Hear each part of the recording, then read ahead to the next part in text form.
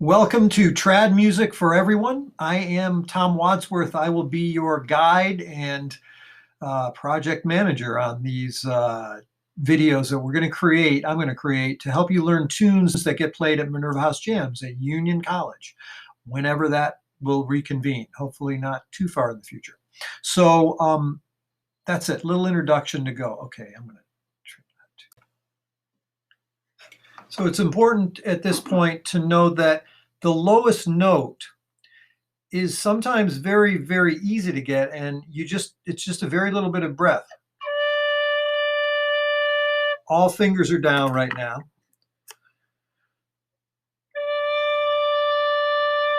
Or if you want to use the fingertip grip.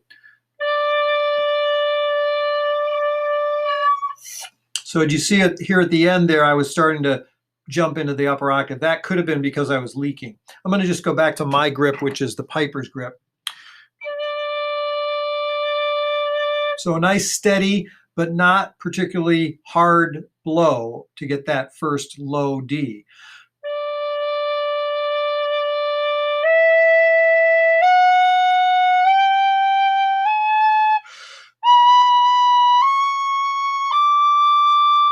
Now notice that time I just kept the wind moving. I didn't tongue any of those notes. I just picked my fingers up.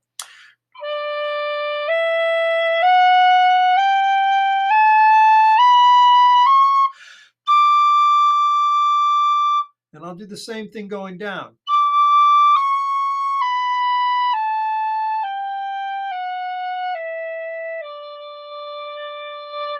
So that's just keeping a steady stream of air and giving you the scale without any articulation. Articulation is the tonguing that you can do where you say ta before each note.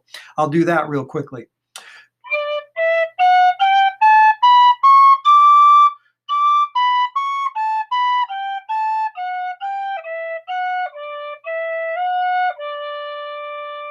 And I couldn't keep that pattern going because the bell note, or the lowest note on the tin whistle, the D tin whistle anyway, is the note D.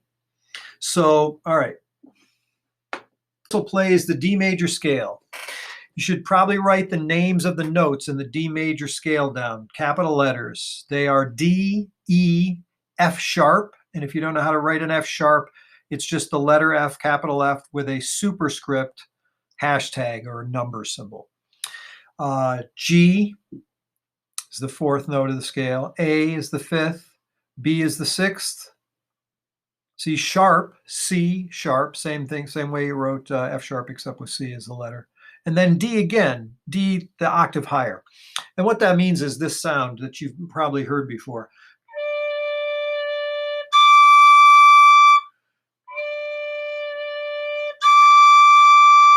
Notice nothing's happening. I'm not doing anything with my fingers. All 6 fingers are down. And by the way, I use the piper's grip. You can also play fingertip grip like this. And I may do that while I'm showing you the scale just because it's easier probably to see where my fingers are. Other thing to keep in mind, basic thing about the tin whistle, the internet, or the internet, about playing the tin whistle. Your fingers, even though today when I'm demonstrating, I'm going to be moving my fingers way off like this. You never do that when you're playing. You always want to keep your fingers within, maybe an inch at the most of where the holes are. You'll see really great players, flying around with their fingers everywhere, but that's just because they're being showmen. So the D major scale, the letters, names start at the lowest, all 6 fingers down. And that just progresses up. You peel one finger off at a time. Now, if you're getting squeaks with that low note, it means you got a leak somewhere. And just roll your fingers around until that leak stops while you're blowing air through the instrument. So I'll give you an example of that.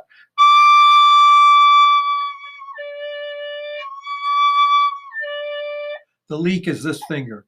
So here's the D major scale.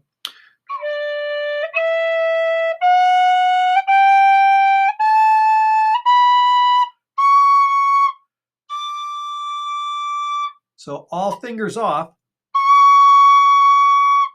is C sharp, and then we end up at D.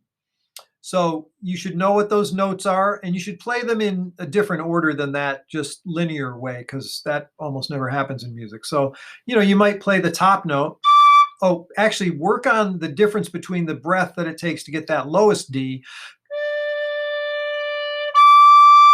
And I'm blowing just a little harder, and I'm also going ta with my tongue. And I ta the first note too.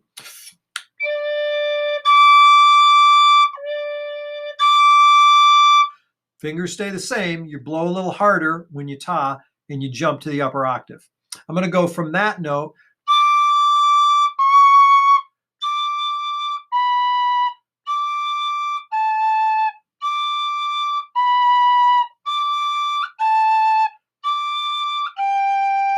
So I'm just playing the high octave D, and then I'm playing down some notes. The first time I played C sharp and down a few notes, and then I played B. Maybe the next time you do A.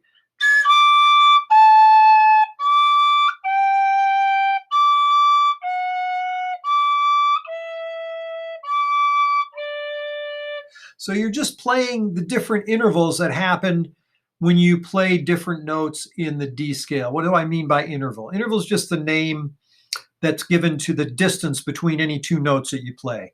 And the one that we were talking about first was the octave from D to D. But you can also play D to C sharp. Let's not do, well, yeah, we'll do that one. Probably don't hear that too much in Irish music. D to B, the sixth. D to A, the fifth. Perfect fifth. Perfect fourth is D to G. Major third. Major second. And then we'll go back to the octave. Remember, the octave is just overblowing. So that's about the size of it. You need to mess around with those notes and just play notes. Have fun with those notes. See if you can come up with tunes that you know from when you were a kid, nursery rhymes, television commercials, whatever's in your head. That's your musical memory, and musical memory is hugely important. In Irish music, most of people that are pretty into playing Irish music, they don't use music. They just know the tune. It's in their head. It's in their musical memory. And if you work on your musical memory by learning tunes from listening to the tunes, your musical memory will improve and you'll become a better musician. It's a great advantage to when someone says, let's play some music, to just sit down and play rather than say, oh, wait a minute, I have to go get my music, okay? And there's nothing wrong with being a good reader. It's the way music is taught in the United States and in a lot of other places in the world. But there's something to be said, especially in traditional music. Traditional music is most often passed on without writ music. It's, someone showing somebody else a tune and they just play it for the tune. They play it for the person, and the person, maybe they slow it down and the person learns it phrase by phrase. And because of great tools like Amazing Slow Downer, for instance, where you can take a tune that's played really fast by, professional musicians, and you can't keep up with them. I mean, they're playing, wicked fast, but you put it in Amazing Slow Downer and you can bring it right down to a tempo where you can literally play with the tune, when you're picking up your instrument. Now, when you first start this, it's not going to be as easy as for somebody like me that's been doing it for many, many years, but it gets easier. And you pick something that's relatively simple. We did The Snowy Path was our first tune. And then you just build from there, learn another tune. That was a slip jig.